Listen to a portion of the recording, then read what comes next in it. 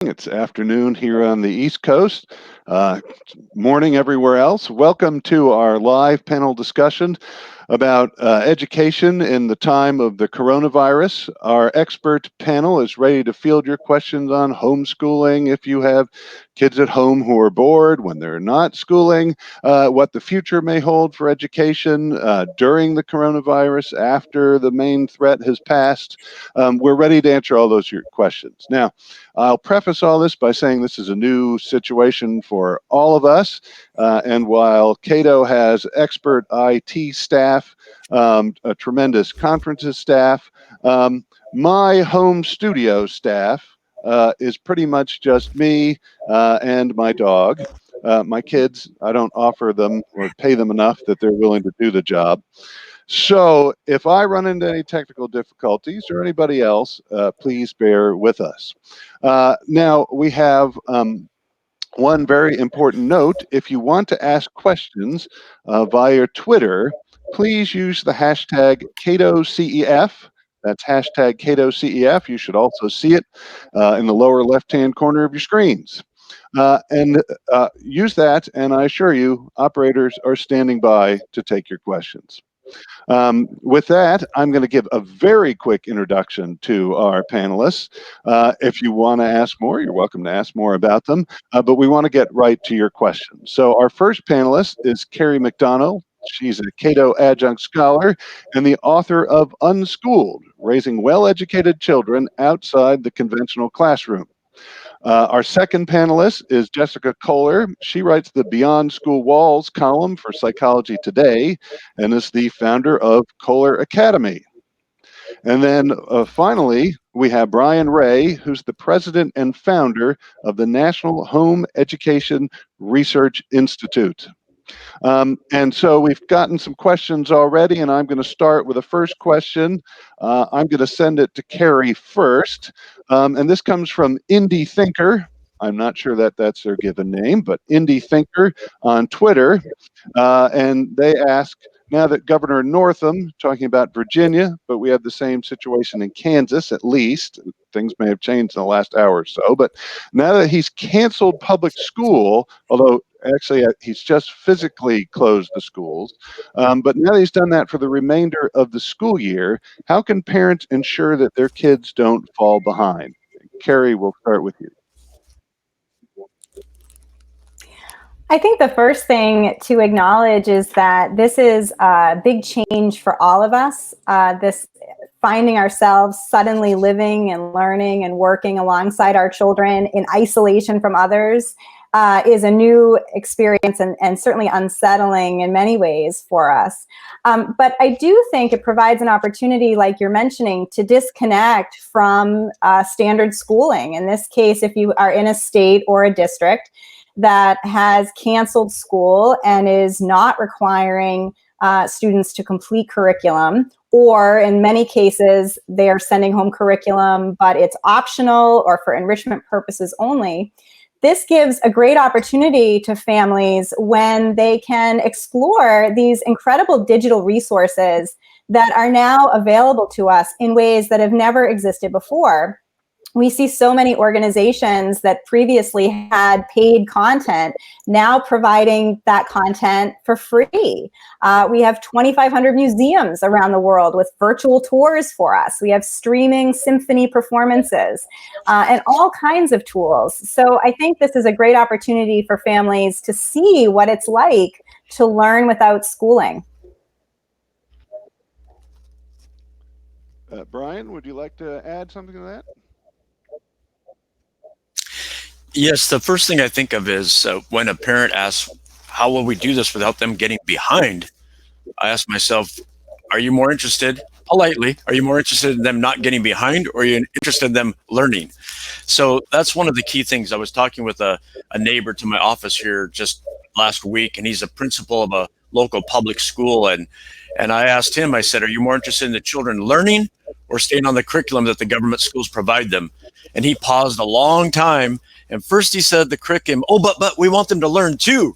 So that's a very different way of thinking. So if you consider this an opportunity for your children to learn new things, new ways, new approaches with you a lot of the time, maybe with their siblings. This is a very amazing opportunity for you as a parent and for your children. Oftentimes children, just to quote, keep up and not fall behind in an institutional school, that's kind of a painful process. But when you start to relax and do this from home, it might change how your child is with learning. Thanks. Jessica? Well, I concur with what both Carrie and Brian are saying for sure. And I want to add that just to validate, of course, at this time, that feeling of anxiety is so normal. This is such a time of great uncertainty. And understanding what's going on is overwhelming for all of us. And I think being concerned about your child falling behind academically is one concern.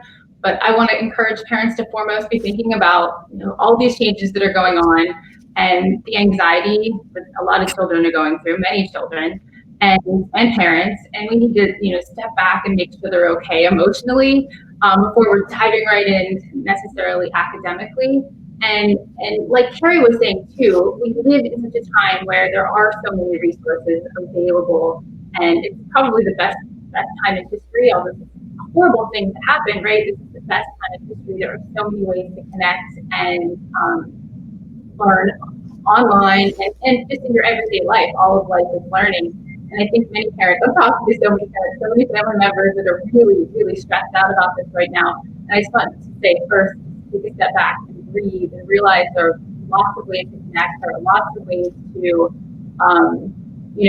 make sure that your kids are still having amazing learning experiences at home without really doing all that much.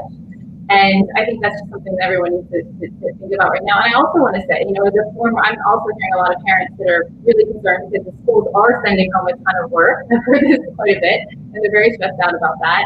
And, as a former school psychologist, I would encourage, if that's happening and if you're stressed, you're stressed, make sure you're letting them know what's going on. Let the teacher know, all this uncertainty is causing a lot of anxiety, and it's, getting off of this behavior, and I'm not sure what's going on. So let the schools know if they're sending home that kind of work, and your kids are feeling quite overwhelmed. Great, thanks. Now we have a lot of questions coming in, so I'm going to get to them as fast as I can. We have one from Stephen. He asks, how do you plan for the digital divide for at-risk, or any others for that matter, communities as educations go virtual in home? Connectivity is required, as well as relatively current hardware to run some of the educational options. Thank you. I'll just say something real fast about that, because I've been tracking some of how you go digital. And I can say that this is largely a rural problem. There are urban areas where this is a problem, and many companies are quickly providing laptops that have their own hotspots, and a lot of internet providers are working hard to get more connectivity out into rural areas as a result of this. So for just the digital part, there is no perfect solution for anybody, but there is a lot of effort being made to expand that connectivity. Now, I'll just go around the panelists to see if you want to add something to that. We'll kind of go in reverse order just for fun. Jessica, why don't you start? And if you don't have something you want to add to that, that's just fine. Well, it's an interesting question. I live in California now, but I'm from rural Pennsylvania, and it's definitely a concern among people where I am from, in the middle of Pennsylvania. And I will say that there are people doing some really innovative things, and like you were saying, connecting with different companies, figuring out ways that kids can be connected with the technology they need. And I actually just heard yesterday of a school district in central Pennsylvania that they have employees that are getting access to Chromebooks that the school district has, or donations, and they're taking Chromebooks to people that have signed up for and the need for them, and they're also taking them mini Wi-Fi, kids can have Wi-Fi capability in some of these really rural areas. And it was just so exciting, and I think we all need to be looking for these innovative opportunities to help get these kids connected, especially in these rural areas. And I'm just loving what I'm seeing. Some people stepping up and these helpers that are really all over the place, really trying to help kids learn. So. Terrific. Brian? I'll be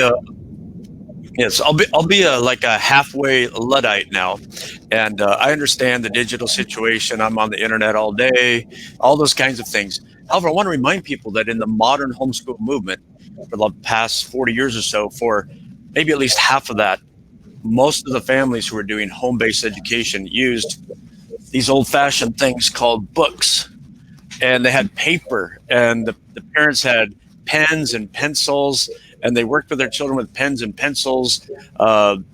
Maybe you cannot go to the local library right now, but on a second note, this will wake up a lot of people to say, hey, maybe even though we have our children in institutional schools, maybe we should beef up a little bit in the future the kinds of resources that we have in our house.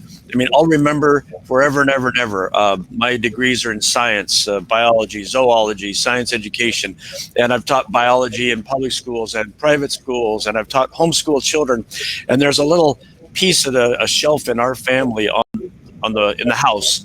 There are about 7 Dorling Kindersley books on science, and I'm convinced that if a child read those when he was 17 and understood them, he would probably remember more science and know more science than most adults do now after 12 years of schooling. So I just want to encourage people to start thinking not just about their digital opportunities, but their hands-on paper and pencil opportunities in their home and outside.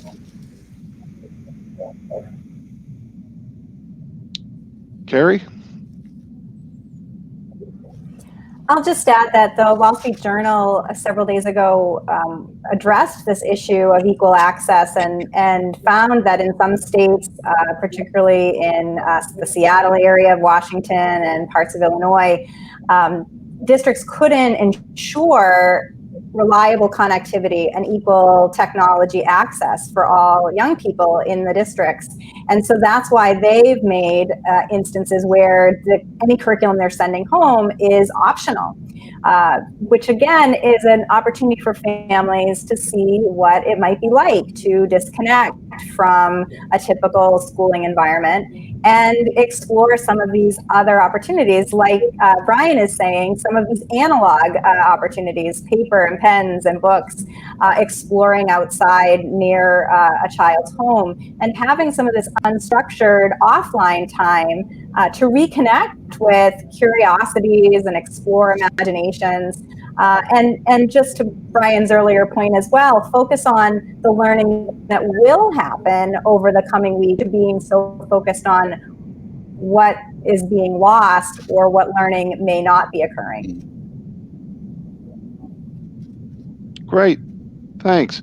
So we got a lot of questions coming in, and they, from what I can tell, remember, we're all new to this, but they seem to be trending about 50-50, about half about how do I handle this sort of schooling and educating my kids while they're at home, half about policy-related things. So I'm going to sort of split them up, roughly half and half. So the next question, there's no name associated with, but they say, with schooling from home, how much time do you suggest we should dedicate to it each day? 2 to 3 hours or more?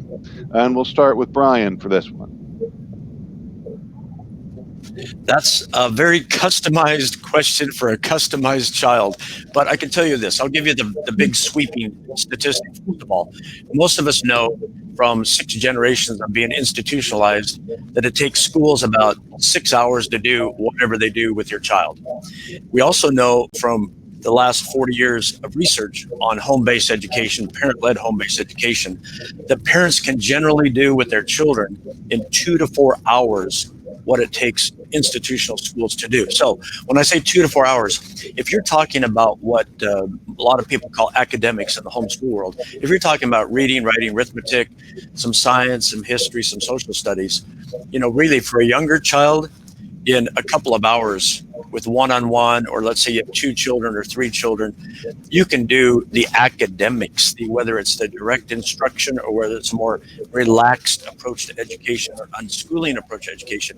You can accomplish in about 2 hours with younger children what it takes school all day to do because of all kinds of administrative time, wasted time, disruption time, bullying time, all those kinds of things. Maybe for older children, it's going to be 3 hours. Maybe for junior high, high school students, it's going to be 4 hours. And some of that depends on the academic orientation of the child. So let's say you have a child that's very oriented toward the academics, and you want to make sure, you know, that he already wants to get his 3 R's in his science and his history, and he wants to do it intensely. Let him do it. Maybe you have another child and she's not so interested in the academics, but you want to make sure she gets the 3 R's and some science and some history. So maybe you only spend 2 hours, and then you let her explore other things, art, piano, whatever it happens to be. Thanks. Jessica? I totally agree with what Brian was saying. I come to homeschooling with sort of thinking about it as a sort of bespoke education, in the same way we think about like making a bespoke suit, tailor-made for each individual child. And this is partially because I have two very different children, but and I come to this as a psychologist, and the idea of goodness of fit, figuring out what works for your child's temperament, your own temperament, your own, work requirements if you're working from home as well, and, making it all work together. There's no one size fits all at all in education in general, but especially within homeschooling, we have to remember, like, prescribed, I'm not a big fan of prescribed amounts of time, figuring out, I have it personally, we have a son similar to one of the ones that Brian was talking about that would sit for he would sit and work on academics for hours and hours, and that's where he gets his joy. And then we have another child who very small bursts of education, somewhat guided educational activity, and lots of play and imaginative thinking and just being creative. And they both thrive in those different environments. And so I really encourage parents to think about, at this point, what are your individual children's needs? What are their temperaments like? How is their anxiety level right now? All those different components of where they are at this point, and then really, try to figure out some sort of path for each of them. But also remembering, like, I'm seeing over and over again, parents and family members creating these really detailed schedules of things, and be okay with the fact that, okay, I created this schedule last week and it worked for the first 3 days.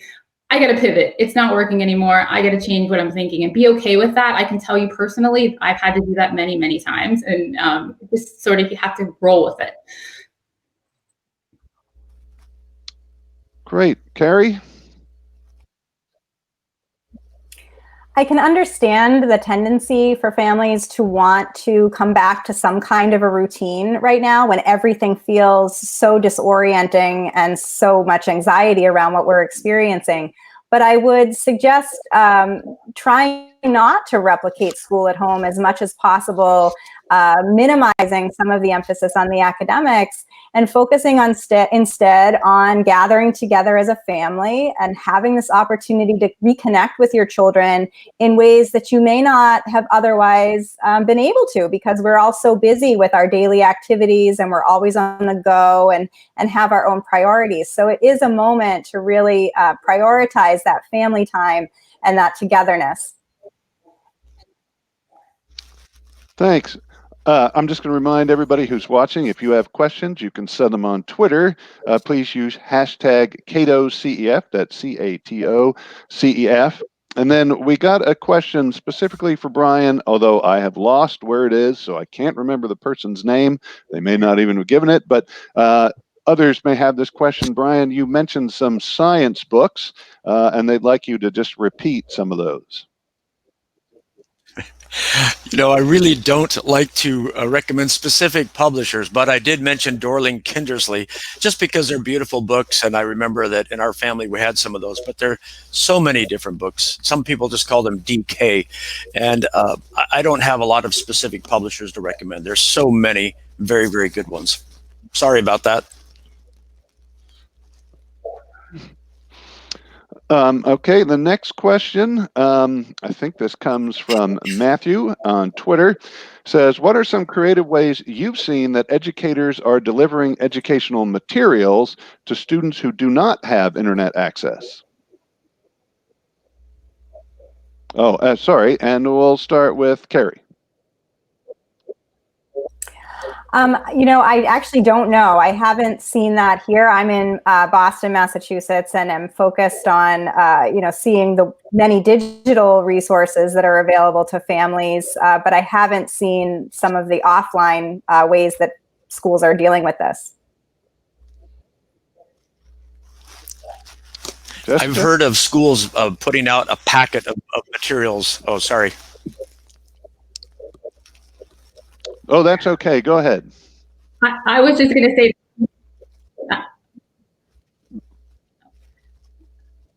I was just going to say the same All right, thing I'm gonna about take what Brian charge was for a starting to say second. about, I've seen Go ahead, different Jessica. schools putting in packets, like sending home large packets of information for the students to work on with the parents. And I think for some of that works out really well, but it's also, I've noted that from some different parents, that is a little bit anxiety producing, but I've been, as Carrie has, been focused a little bit on some of the innovative techniques using technology and having some family members who are working through learning some of these different technologies, Zoom and Blackboard Collaborate and Adobe Connect, and they're all excited about those different ways that they're able to connect and actually see their students at this point. But I know there are still some old-fashioned, sending home some books and some papers and stuff like that going on as well, right? So. Okay, Brian, did you want to add something? Nope, they got it. Oh, great. Carrie?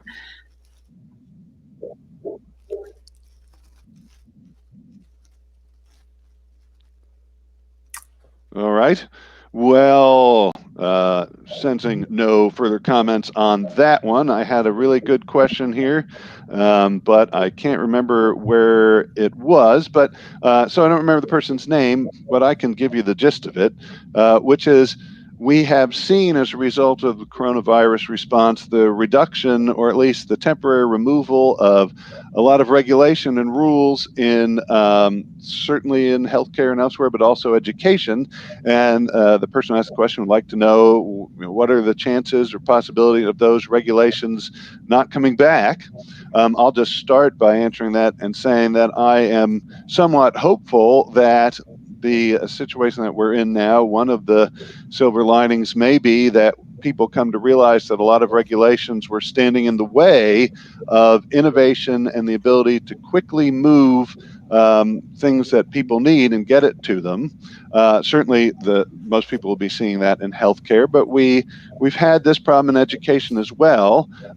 We've had a lot of, in particular, federal laws that have put requirements on schools, typically public schools, but that includes charter schools with standardized testing requirements, lots of reporting requirements, and we saw those quickly move to the side because when things change, schools need to be able to change quickly with them. And I've also been very encouraged that school choice generally, which includes homeschooling, has enabled different models to exist, including online education, so that we aren't starting with a blank slate with coronavirus. We actually have lots of things we can look at that have already been tried. And so I hope that one of the things we leave this terrible situation with is an understanding that we don't want a lot of rules and regulations. We need people and policy to be able to move quickly, and we need to let individuals and individual communities respond quickly to situations. I don't know whether the panelists want to add anything to that, but we'll start with Carrie if she does. Sure. Yeah. In addition to states receiving waivers for annual standardized testing requirements from the Federal Department of Education, as well as these states that are saying any curriculum is enrichment only, not mandatory, we're also seeing loosening of compulsory attendance laws. So the idea that the rest of this year won't count against a child in terms of truancy, or feeling that they have to make up the time. So that's all encouraging. We'll see where that may lead. I think the more promising outcome, as Neil alluded to, will be in the area of policy. And I think that many families will be eager for more of these education choice mechanisms that enable them to be put back in charge of their child's education. They'll get a glimpse of what life without schooling is like. And that's where policies like education savings accounts in particular can be really valuable for families, where they're able to hire tutors or purchase books and materials or use that money towards classes.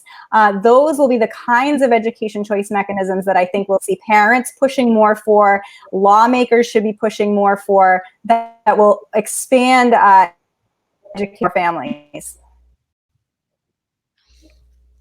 Thanks. Jessica? I agree with what you were saying, Carrie was saying, for sure, Neil. Like, I think that we need to, hopefully this situation, a terrible situation that's going on, will help us reconsider some of the regulations that are in place that really are sort of impeding our ability to innovate in times like this, and maybe come up with new pathways to quickly bypass those sort of impediments when things like this happen. But I'm hopeful that we'll see, while, like I said, while what's going on is terrible in so many ways and super stressful to all of us, that we'll see some good outcomes in this area. Brian, you're up. Yes, I think it's an amazing opportunity for Americans and people all over the world, whether they're in South Korea, whether they're in Brazil, whether they're in Japan, whether they're in Russia, to realize that they do not need government controls to help children learn. And oftentimes we call these regulations. Let's call them what they are, controls. For the last 35, 40 years, different policymakers and people with a certain worldview said that homeschooling needs to be regulated. In other words, they said it needs to be controlled. If only the government could control home-based education more, the children would learn better. Well, we've done 2 nationwide studies. I got to do these. We divided up the 50 states and DC into high government control, medium government control, and low government control. And we found basically zero correlation between the amount of government control and children learning in a home-based environment. So I think that research has told us we do not need government control for children to learn.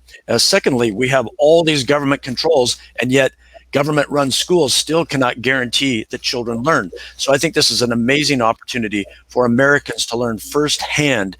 They do not need government controls in order for their children to learn and to enjoy learning. I'm not saying all children will learn a lot and all will enjoy learning, but Americans are going to find out they do not need government control to help children learn. Great, thanks. We've still got a lot of questions coming in. I'm going to try to get as many as I can. This one is sort of a comment, but you can respond to it. When I have in-person events at Cato, I've given up on asking people to just ask a comment or ask a question, because everyone likes to comment, and that is fine. And so I will say, I'll add the question part to this with, what do you think about that? So this one is from Barbara, and it says, I'm a teacher who used to homeschool. It's important to discuss the importance of relationships. Connect with teachers and parents to affirm the learner and keep her motivated. What do you think about that? And maybe what do you think about it in the current environment? And we'll start with, just randomly, we'll start with Jessica. I agree that the importance of connecting is an important part of education, and having the relationship. And as if you're moving unexpectedly into homeschooling as a parent, making sure you keep that connection and that attachment relationship firmly in place is really important for your child's overall mental health. And in terms of their motivation, there's a lot of research out there about the importance of the attachment relationship and being that connectedness in terms of being available and open to learning. So I would totally agree with what she's saying in her comment, that making sure that you're not battling your kids at home, that you're keeping that, fostering that good relationship and letting them have a lot of choice in terms of what they're learning will really help. That autonomy, giving them some autonomy, even if they have packets and packets of material being sent home, figure out ways to give them choice and give them the autonomy to kind of be the captains of their own ship at home with what they're learning at home. So. Okay, Carrie?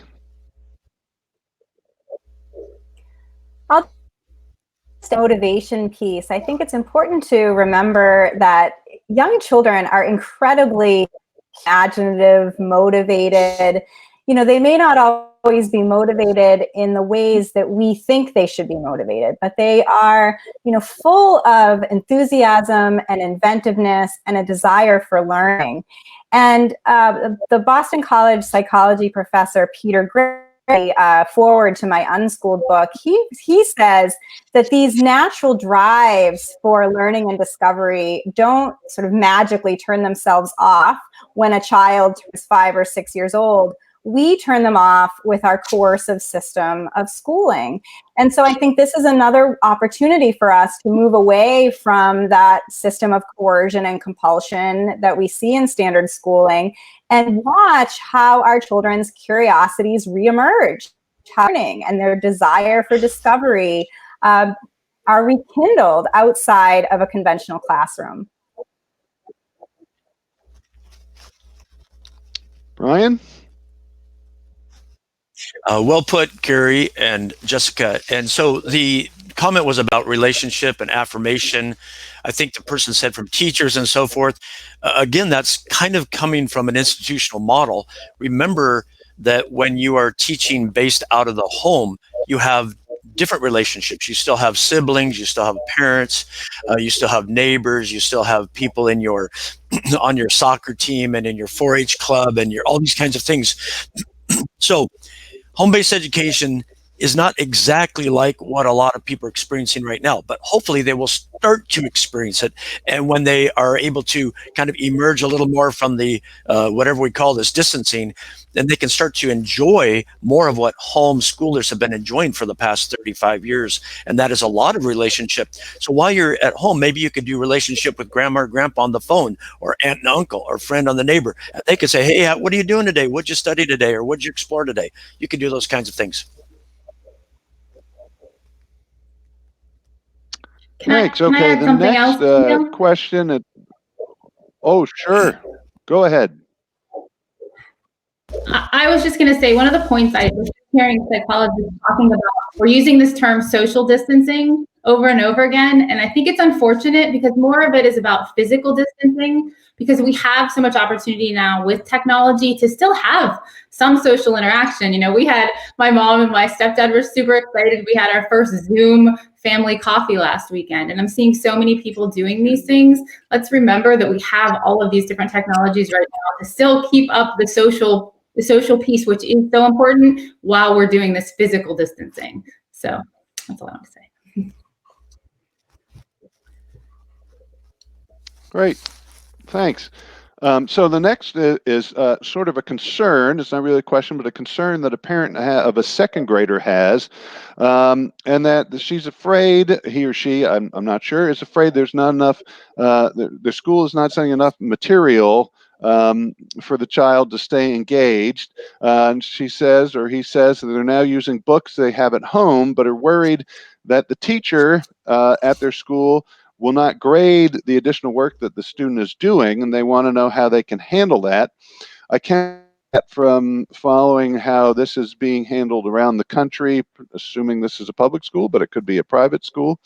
From what I can tell, most schools and districts and teachers are being very flexible.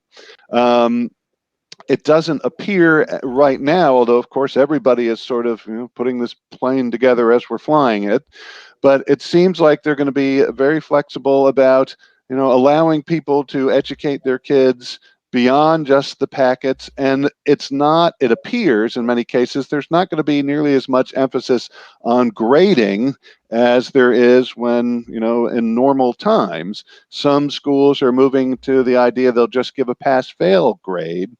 So certainly you want to talk to your teacher, you want to hear what your principal is saying. If you're in a public school, you'll want to know what your superintendent is saying.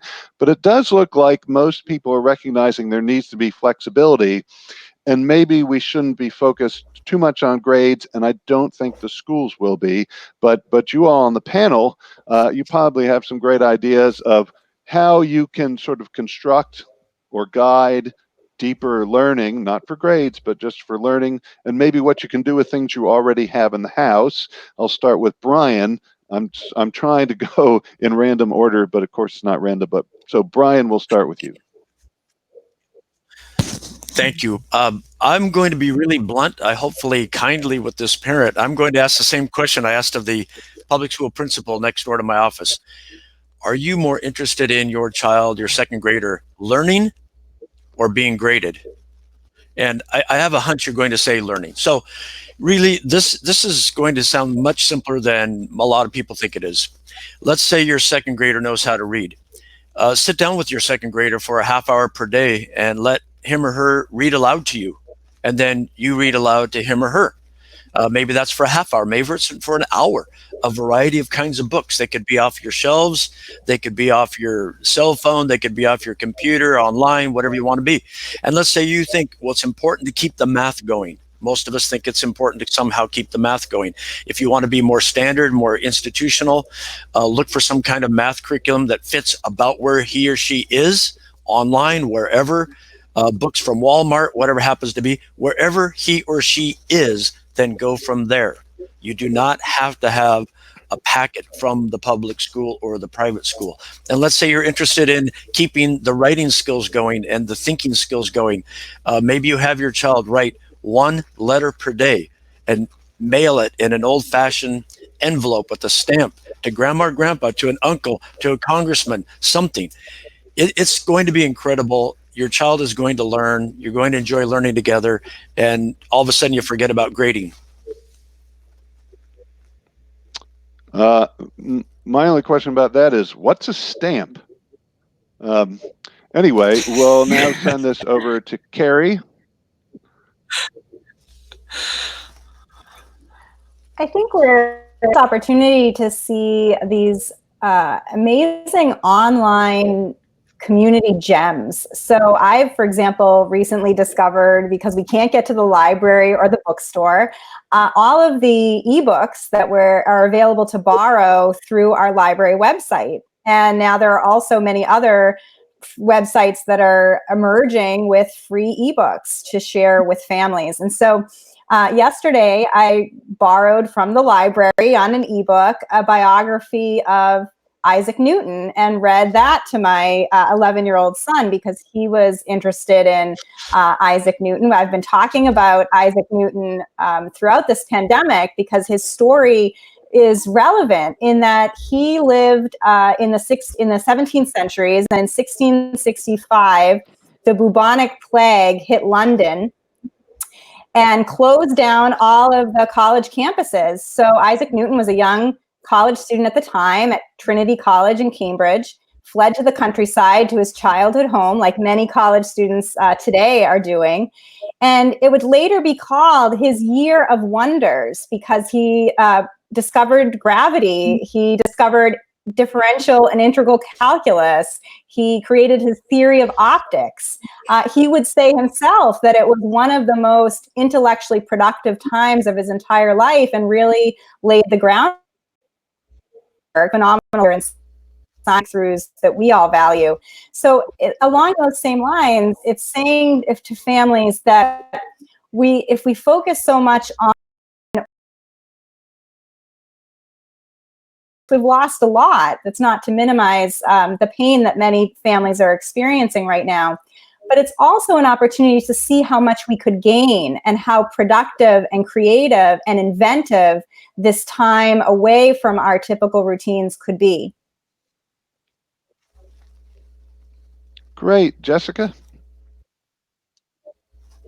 No, I want to concur with what they're both saying in terms of just remembering that all of life is learning, and the house, or you're utilizing the multitude of technologies and classes and just things on YouTube like Crash Course. My sons have learned so much from Crash Course Science and Crash Course History.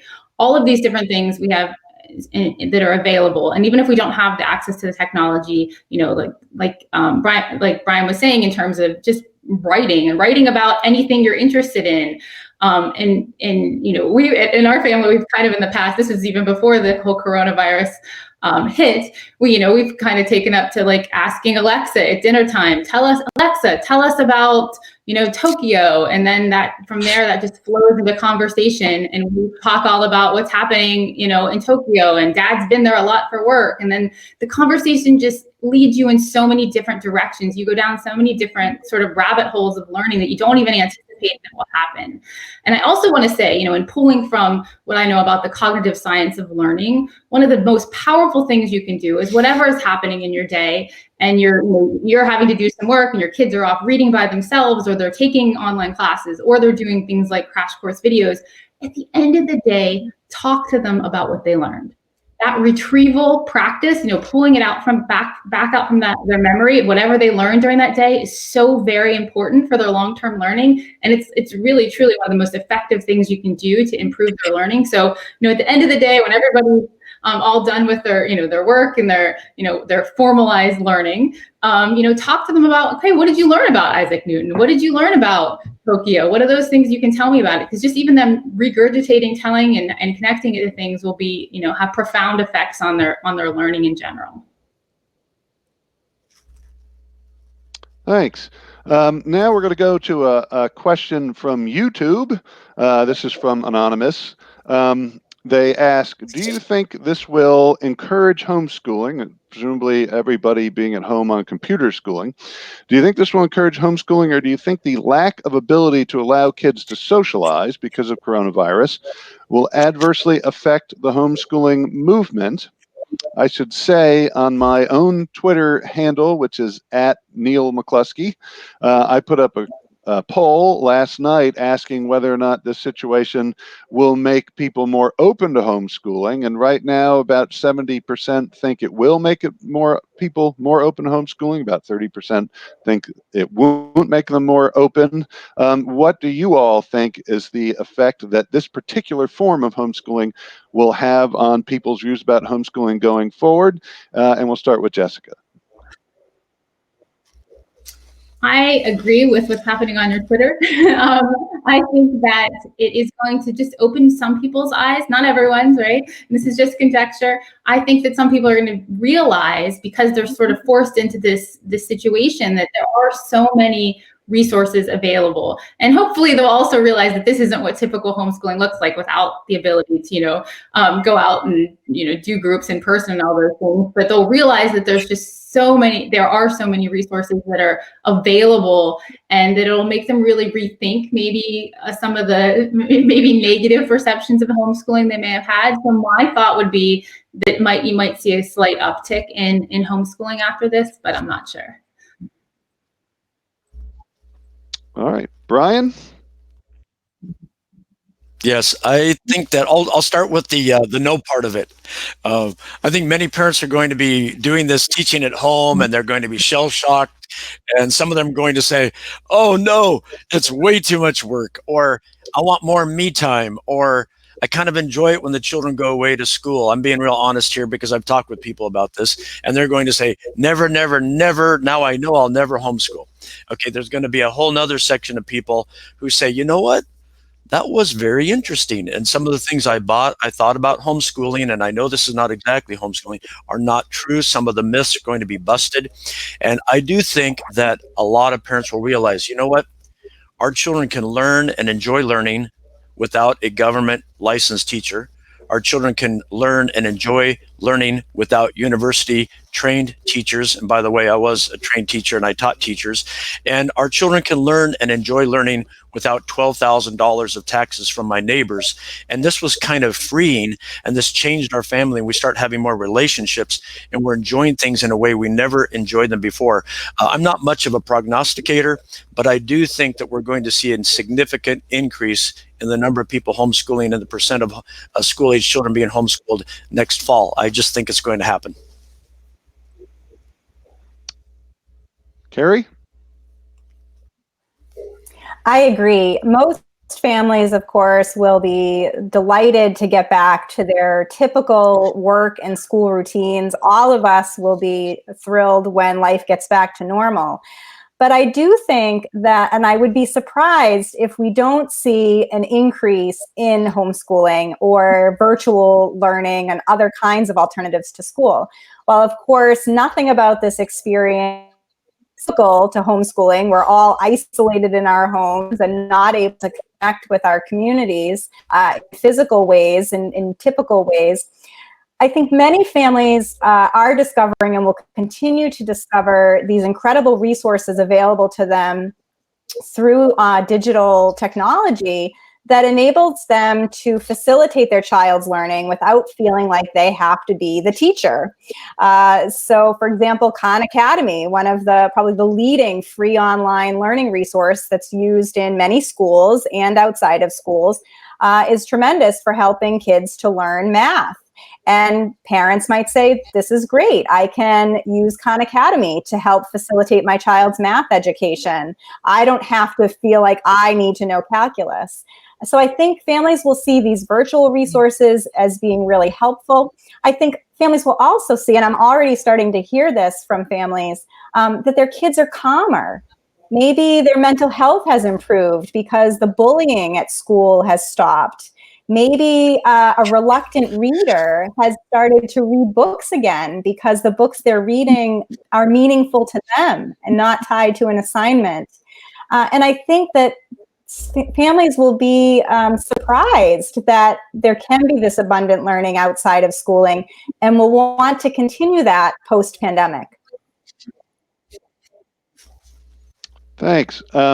While I'm trying to read all these questions, I realize I'm starting to lose track of who's answered the questions and who I have asked to answer them. I feel like I only asked two of you. Is there one of you I forgot? And if so, go ahead and say something if you want to, and I'll try and do a better job of keeping track of who I'm asking questions to.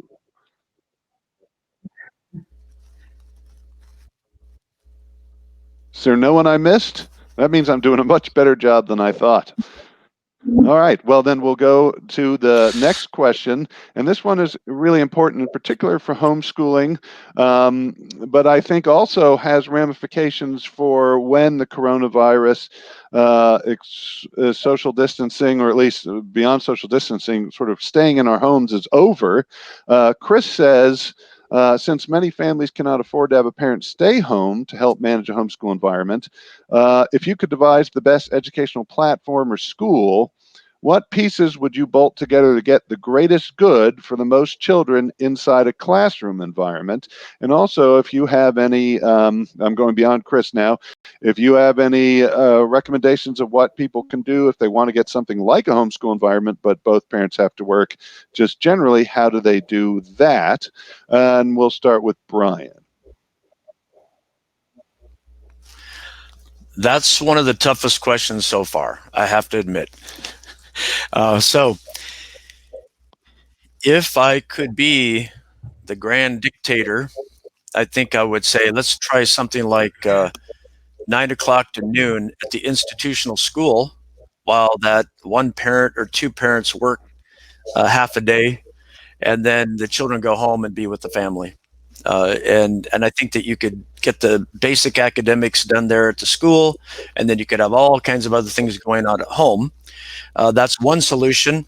If you want to have something like home-based education, parent-led home-based education, then you're going to have to sacrifice a little bit. Either, I'm not going to start with the premise that both parents have to work if there are two parents.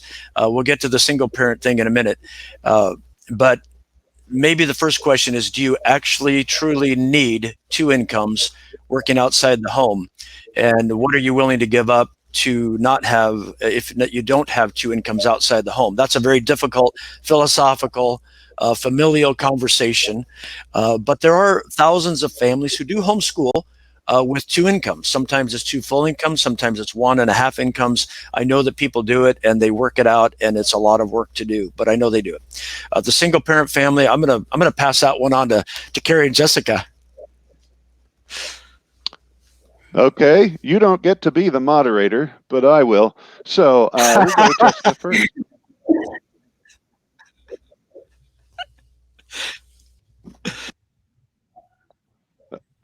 Jessica, did you hear me? I'm not sure if you said me, but I think. Oh, there you go. Okay. I did. I will say that the two parents working and the single parent, it's a question that comes up all the time. I live in the Bay Area, Silicon Valley, lots of innovation going on, and there's lots of families doing this. And I know quite a few families that both parents are college professors with intense workloads, and they're figuring out how to homeschool. I think one of the number one things we get, in psychology, we call it functional fixedness. We think about school and we actually think about the same hours that we have for school that most typical schools have. And really, there are a lot of other hours in the week, right? We don't have to be doing things if we're, homeschooling at exactly the same time that kids are in school. And that's one of the most amazing things about school, right? If you have kids, I have a 13-year-old who likes to get up really late, and we let him, right? Because he works much later in the day.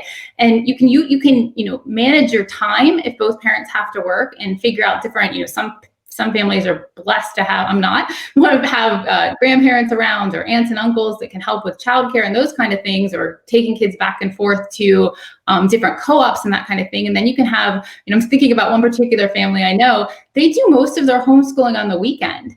And these kids are exceptionally intelligent, bright, knowledgeable kids, and and they're going through this very different type of schooling. And the same goes for, I have encountered many single parents who are homeschooling, and they have to figure out different ways in terms of the childcare. And there's lots of innovative ways to be thinking about that. But they've kind of thought outside the box in terms of what hours can they use. And I think that's important. I think, I've talked to different people, and they're like, wow, I haven't thought of that it doesn't have to be that school happens at exactly the same time that regular school happens. So.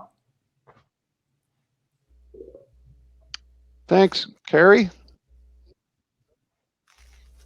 I think there's two parts to that question. The first part was if you could be the architect of an ideal learning environment, what would it look like? And the second part was, so what are some of these options for families that might have to work, or single parents, in terms of homeschooling? So to answer the first part of the question, I would say that I would never pretend to be an architect or want to be an architect of an ideal learning environment. I think the key is to allow each family the option to decide on the best education experience for their child. And that's where we really need to be expanding all kinds of education choice mechanisms to families to enable them to find the right educational fit for their child, and also encourage education innovation and experimentation to expand different types of learning environments and experiences.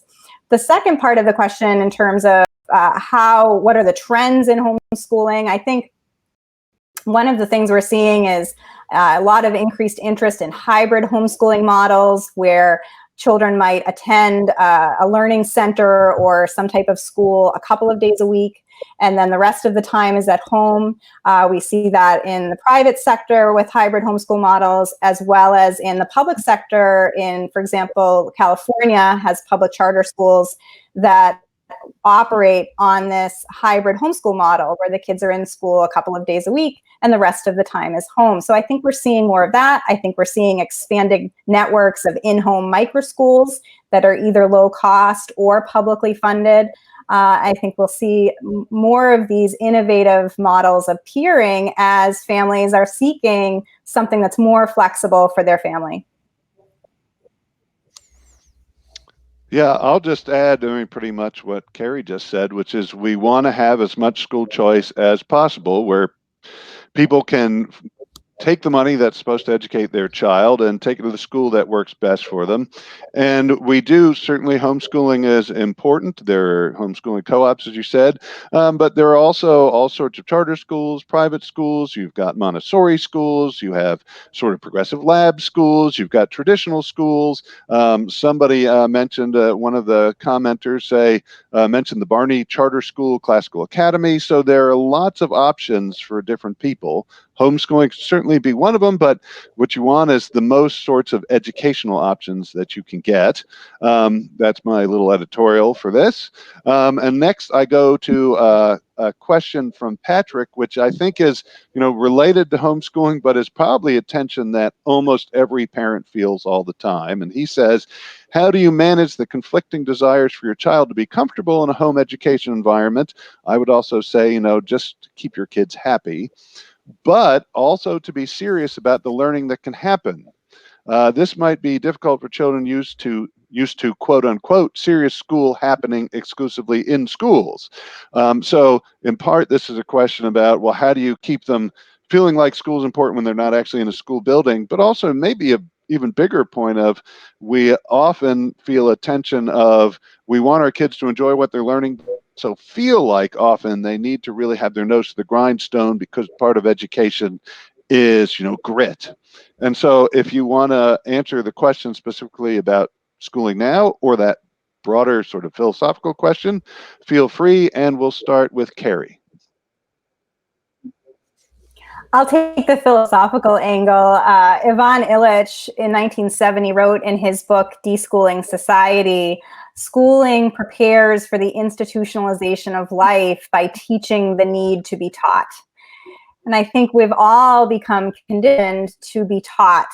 And this is an opportunity to instead embrace learning and encourage your children to learn outside of schooling, by pursuing their interests, by being exposed to these digital resources and experiences through the internet that they otherwise wouldn't have had, to potentially reveal new talents, uncover new interests, and hopefully build new skills. Great. Jessica?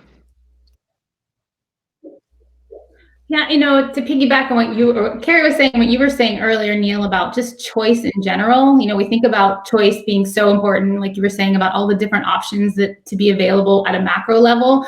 But remember that choice matters at a micro level within your own home, within your own kids, and how much that giving them that choice, that autonomy to drive their own learning, and to really dive deeply into what they're interested in. And I will tell you that you will be surprised how much they actually will become engaged, and you will become less concerned about that grit kind of the buzzword we hear all the time, because it'll be fascinating to see it unfold. When you let them guide and self-direct a little bit, their motivation will increase. There's a lot of research out there. Daniel Pink does an excellent TED Talk about the importance of giving people choice and stuff. When we want them to be learning complex things, we want them to be creative. And I think sometimes we see that as adults, but we forget about that with our own kids, how much they need that opportunity to have some choice and guide their own learning as well. All right, and we'll send it over to Brian. All right, real quickly, I'm going to go back to the last question about the model school situation. I was not promoting half day at institutional school. I just thought the commenter was looking for some kind of half day or some kind of model at institutional school. I'm not a fan of institutionalized schooling, especially government controlled schooling. So just for the record. Secondly, on this question, it has to start from the philosophical angle. If each one of us sitting here, the four of us panelists, so to speak, we start with a worldview, and from there we have a vision, we have an idea about what education is. So sometimes, so for me, I come from a Christian and a classical liberal freedom-loving perspective. Sometimes learning for an individual child is enjoyable, it's lovely, it's free-flowing, even though it's a lot of effort. And for others, there's going to be some work, some pain. Sometimes to, say, build a log cabin out in the woods, there's a lot of pain and grit and work to do what you want to do. So it really depends on the child. It depends on the goals. It depends on the objectives of education. So you always have to keep that in mind. And I don't want to be too flowery, but for example, with us, we want to make sure in our family that children learn to read, write, do basic math. And there are reasons for that, which would be a whole philosophy course. But we do want that. And then from there, all kinds of other things. Learning. Maybe somebody likes to sew. Maybe somebody likes to do rock work. Maybe somebody likes to explore rocketry. I don't know.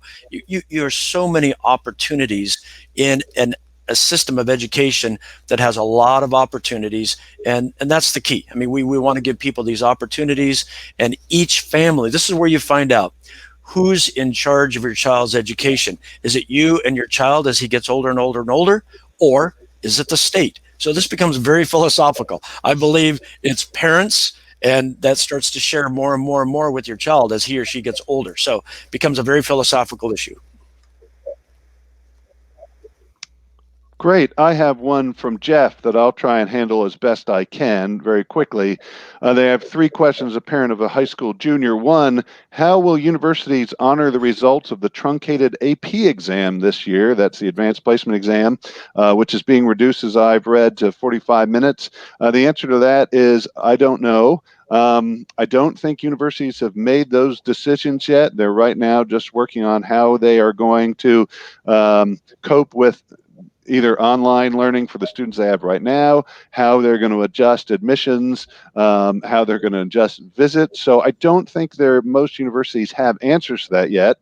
And what is the latest news regarding ACT and SAT availability? I saw something about this yesterday. I think it was from the ACT, but also I think the SAT. I know that they have canceled some more immediate tests, but I believe they still have some later out in maybe May or June that they still have on their calendar, and they may be looking for online options. You probably just want to keep checking their websites. And then finally, any word from the service academies regarding their physical fitness testing requirements? I don't know the answer to that, but I'm sure they'll put that on their websites. And then now I have another question for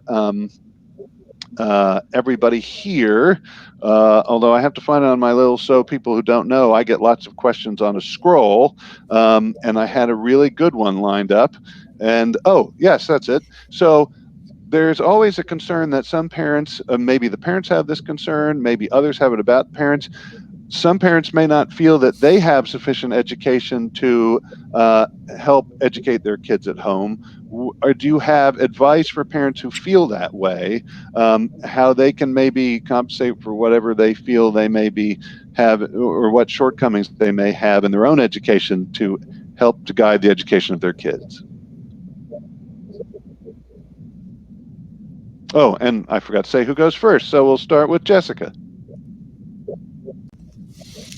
So that's a really good question. I've heard quite a bit, and I will say take the opportunity to connect with others who are, in the trenches doing this. There are so many ways. We haven't talked at all about social media, but I am fascinated on Facebook how many groups there are of different parents homeschooling, and the connection you can really feel. And then, of course, once we are able to, again, there's so many in-person groups all over the place. Where we live, there are just so many different ways to connect. And even if you think that you don't have, you may not, you're probably wrong. You probably do have the capabilities to do it. But if you're worried about that, realize that you can utilize technology, you can utilize in-person classes, you can utilize, I know some people that have, they work with friends who, might have a degree, and one might have a degree or really, really strong in mathematics, and they work together with how to formulate plans for their different kids. But realize that you can connect with so many different people that are experienced, even if you don't think you have. I don't have all the knowledge at all to be able to teach my children in every single academic area, but I'm willing to, figure out and look out and see. My older son's taking pre-calculus, and he's doing it in all these live online classes that are available for that. We go back to the AP question. I actually teach AP psychology online, and we aren't sure yet, like as you were saying, in terms of what's going to completely happen with colleges, but hopefully that will work out okay. I know my students are actually very stressed about it, but I just think in terms of the question, make sure that you know that there are so many resources, whether in person once we're able to, and online. So many homeschooling groups here in California. We have an absolutely amazing statewide homeschooling group, and people that can answer so many different questions that are available to just pick up the phone, and you can call them and ask any homeschooling questions you might have at any point. So there are tons of resources to help. Great. We'll go to Brian now. I love that question. First of all, if you're a parent, you are competent to be a teacher. If you are a parent, you are a teacher.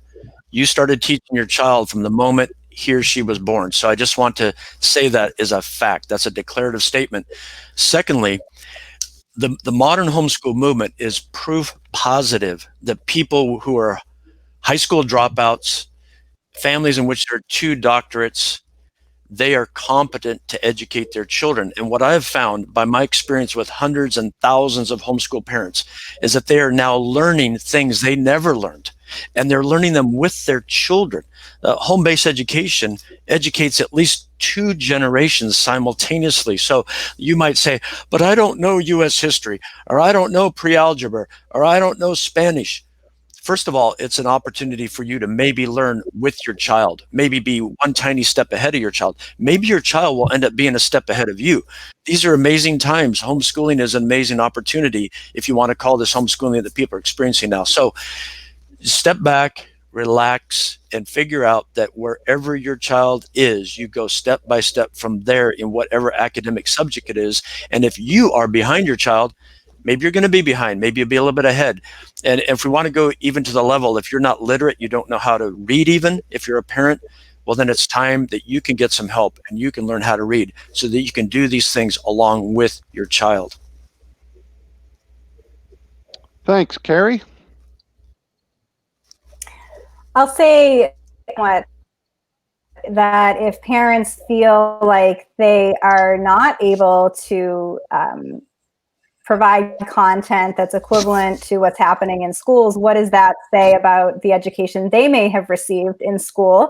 And is that really what they want for their children? If they don't feel competent in math, what does that say about how they learned math or how they didn't learn math? So this could be an opportunity for reflection on how we were educated and how we might want our children to be educated differently and perhaps better. But I will agree with, again, what Brian and Jessica said, that parents are very capable of guiding their children's education, facilitating their education, and connecting them to the best educational environment and resources available. I often like to give the example of my 13-year-old daughter who's been taking Korean language lessons with a tutor several days a week for the past couple of years. And it's a perfect example where I don't know Korean language and wouldn't begin to be able to teach her Korean. This was something that she became interested in through her passion for martial arts. And so what I did was use my role as a facilitator to connect community resources to my child's interests and enable her to learn what she's really passionate about. So that's another thing for families to think about. If you're worried, oh, I could never teach my child calculus, you don't have to. You can simply facilitate that process by connecting available resources to your child. Thanks. So we have gone into overtime here. So what we're going to do is I'm going to give each panelist, it's like a super speed round. I'll give you 30 seconds if you have some final thought you want to offer, and then I'll close it out with a few very quick thoughts of my own. And so we'll go with Carrie first, and then I'll go with Brian, and then Jessica. You can wait till I call you, but you can think about your 30-second piece of gold you're going to offer us. So we'll start with Carrie. Just again, this is such a stressful, unusual, uncertain time for all of us. And I think families should take the pressure off to feel like they have to keep ahead, to make sure their child isn't falling behind, that they have to stay on task with a curriculum, and instead just exhale, step back, and really enjoy this moment with your children. As stressful as it is, as difficult as it is to be working and learning together at home, we may look back and realize what a wonderful opportunity this was for connection and family togetherness. Okay, Brian? I would echo that exactly. Relax, enjoy your children, and realize that you've always been a teacher, you're still a teacher, and when you do something like homeschooling, I wouldn't say this is exactly homeschooling for many people right now, but you're going to understand all the amazing opportunities for parent-led home-based education.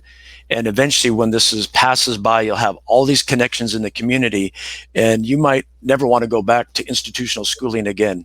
So enjoy it, and it might take you a whole month to kind of get in the groove and figure out your style and your way of learning for your family. Thanks. Jessica? Yeah, to completely echo what they're saying, relax and take a deep breath. Understand that your anxiety about the uncertainty that's going on is normal. Your children's anxiety is normal. I would take the opportunity to really focus on the connection and all those things that, so many people are so busy in regular life. And to some extent, this is a time for many of us to play the board games. We've been pulling them out a lot to play. My kids, they like playing Nintendo Switch Mario Kart with their dad, and it's now become like the nightly ritual. And it's just amazing to see more connection happening. He's home all the time now, and getting so much more time with them. And the connection that we're seeing happening is wonderful. So just taking a deep breath, connecting with each other, and just for all of us, remembering, we should focus on the things that we can control right now in our own life and not get overwhelmed about what's going on around us. Focus on what we can control and focus on, bringing some joy to each of to your day and to your kids' day, each day right now, because it's so very important in this time of uncertainty. Well, thank you very much. So we're now at the end of our event. I want to thank everybody who sent questions. I'm sorry we weren't able to get to every question. There were very many good questions. Maybe we'll have to do a part 2 of this sometime. Then I'll get to the questions that I missed. Just one or two quick sort of housekeeping issues. In October, just so you know, this is a shameless plug for a book that I've co-edited with Corey DeAngelis, but in October, the Cato book School Choice Myths is coming out, so you want to look for that. Also coming out, it's April 7th, is this book, I hope I'm holding it up right, called Visions of Liberty. It has a chapter on education and what education would look like in sort of a libertarian world, if we could get the ideal world we wanted. So you want to look at that. Again, comes out April 7th. You can get that at libertarianism.org or on Amazon. I especially want to give a very big thanks to the panel. I tell everyone to give the panel a round of applause. Feel free to do that in the comfort of your own home. And panel, you'll just have to pretend you're hearing it. And with all that, I thank you all for coming and participating and encourage you all to be safe. Thank you.